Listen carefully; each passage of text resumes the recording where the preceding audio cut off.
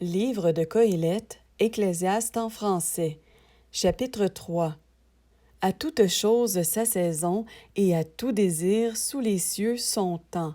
Il y a un temps pour naître et un temps pour mourir, un temps pour planter et un temps pour arracher ce qui est planté, un temps pour tuer et un temps pour guérir, un temps pour abattre et un temps pour bâtir, un temps pour pleurer et un temps pour rire, un temps pour se lamenter et un temps pour sauter, un temps pour jeter des pierres et un temps pour ramasser des pierres, un temps pour embrasser et un temps pour s'éloigner des embrassements, un temps pour chercher et un temps pour perdre, un temps pour garder et un temps pour jeter, un temps pour déchirer et un temps pour coudre, un temps pour être silencieux et un temps pour parler, un temps pour aimer et un temps pour haïr, un temps pour la guerre et un temps pour la paix.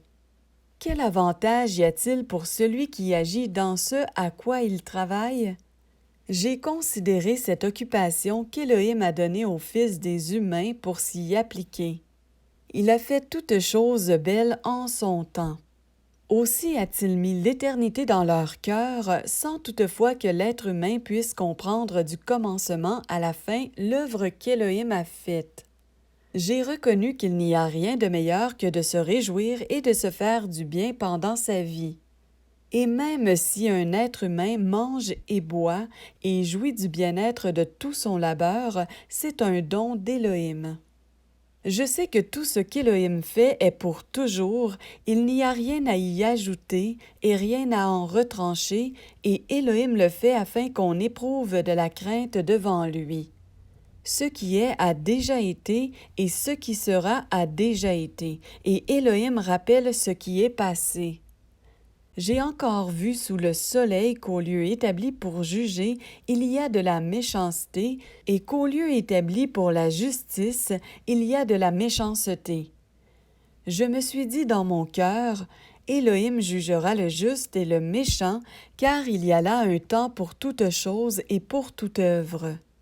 Je me suis dit dans mon cœur au sujet des fils de l'être humain qu'Élohim les éprouverait et qu'il verrait qu'ils ne sont que des bêtes. Car l'accident des fils des humains et l'accident de la bête est un même accident. Comme meurt l'un, ainsi meurt l'autre. Tous ont un esprit et la supériorité de l'être humain sur la bête est nulle. Car tout est vanité.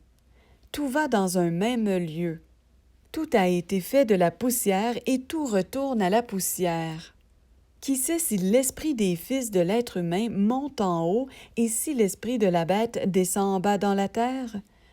J'ai vu qu'il n'y a rien de meilleur pour l'être humain que de se réjouir de ses œuvres, c'est là sa part. Car qui le ramènera pour voir ce qui sera après lui?